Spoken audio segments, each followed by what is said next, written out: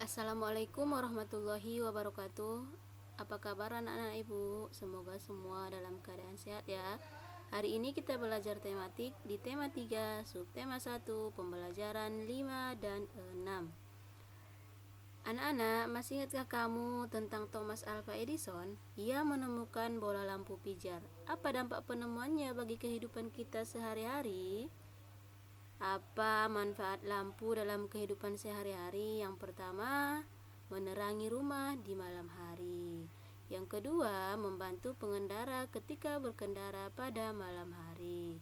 Kemudian manfaat yang ketiga, membantu kegiatan belajar pada malam hari. Dan yang keempat, mendukung kegiatan masak ketika di malam hari. Mari kita baca teks terang yang membawa kemudahan. Kehidupan masyarakat dunia berubah dengan ditemukannya bola lampu pijar. Dahulu, sebagian besar kegiatan terpaksa berhenti setelah matahari terbenam. Penerangan di malam hari memang mungkin dilakukan dengan cahaya api atau sejenis lampu tempel berbahan bakar minyak.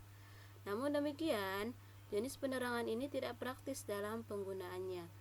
Penemuan bola lampu pijar memberikan kemudahan bagi masyarakat dunia untuk memperluas cakupan kegiatannya.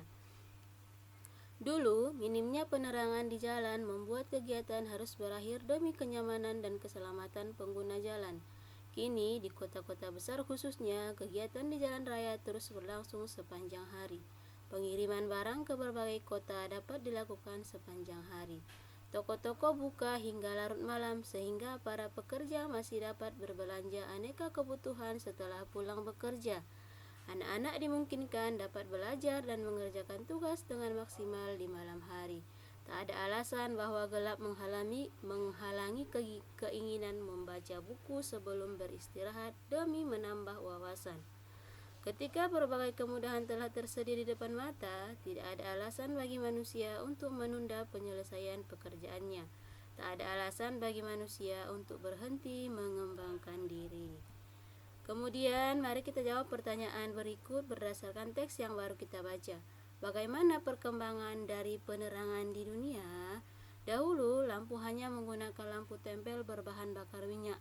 Jenis penerangan ini tidak praktis digunakan. Kemudian ditemukan lampu pijar yang lebih praktis dan memberikan kemudahan untuk memperluas cakupan kegiatan di malam hari. Yang kedua, apa saja dampak dari adanya bola lampu bagi kehidupan masyarakat? Di kota-kota besar khususnya, kegiatan di jalan raya terus berlangsung sepanjang hari. Toko-toko buka hingga larut malam. Anak-anak dapat belajar dan mengerjakan tugas di waktu malam.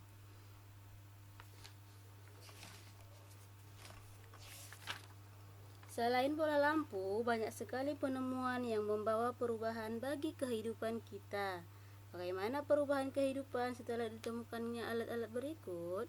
Yang pertama, gosokan ataupun setrika listrik. Setrika listrik lebih mudah dan efisien ketika digunakan daripada setrika arang. Kemudian yang kedua, kompor gas lebih irit daripada kompor minyak. Perawatannya juga lebih mudah dan memasak lebih cepat.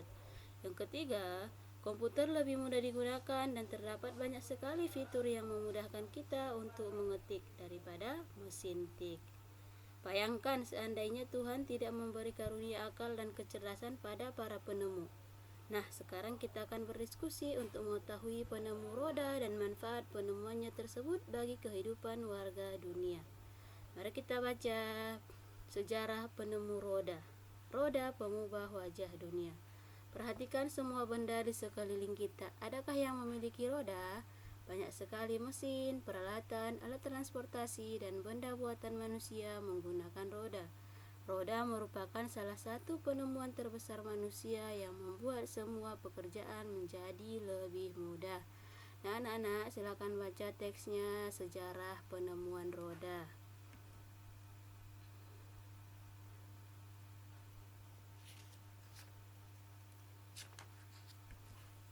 Nah, berikut ini garis waktu sejarah perkembangan roda.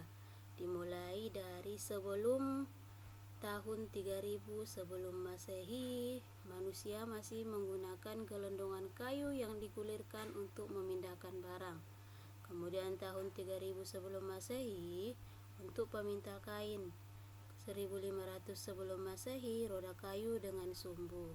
Kemudian sesudah Masehi, roda kayu dengan jeruji. Sampai di tahun 1839 sampai sekarang, ban karet berisi udara. Itulah sejarah perkembangan ditemukannya roda. Bagaimana tanggung jawab para penemu tersebut sehubungan dengan penemuannya? Apakah mereka bertanggung jawab atas hak yang telah mereka dapatkan? Ayo kita temukan jawabannya. Setelah anak-anak ibu mengetahui apa itu pengertian hak dan kewajiban, mari kita jawab pertanyaan berikut.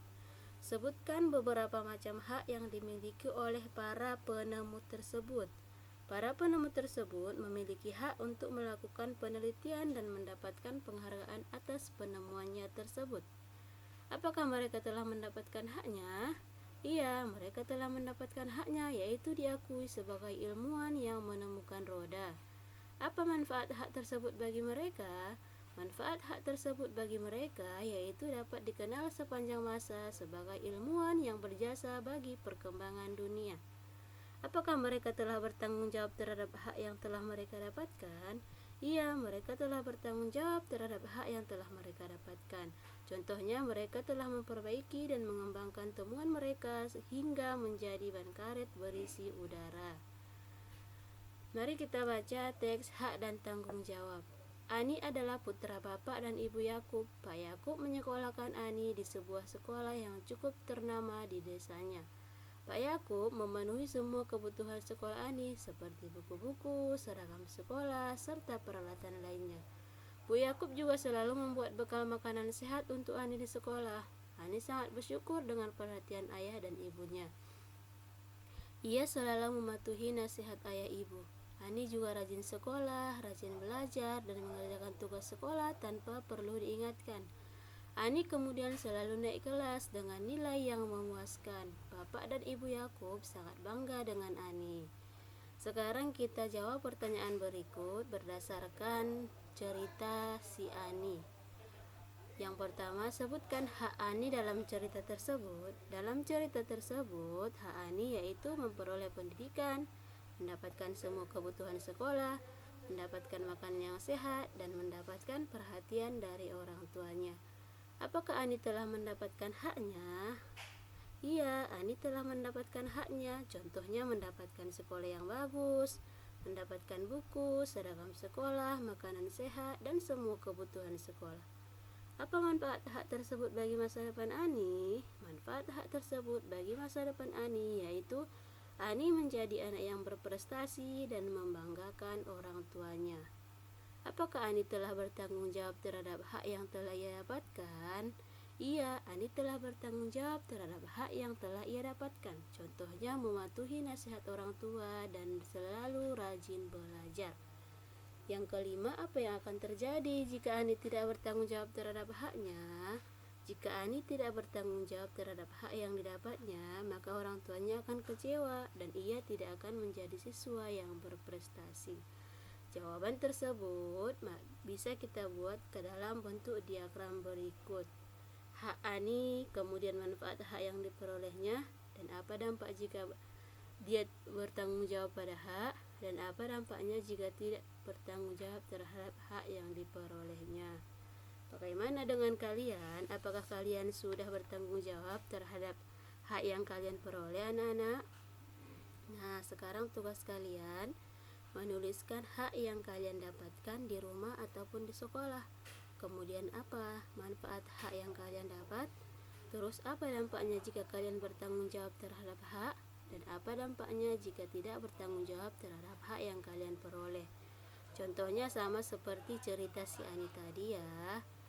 Sampai di sini pembelajaran kita hari ini. Assalamualaikum warahmatullahi wabarakatuh.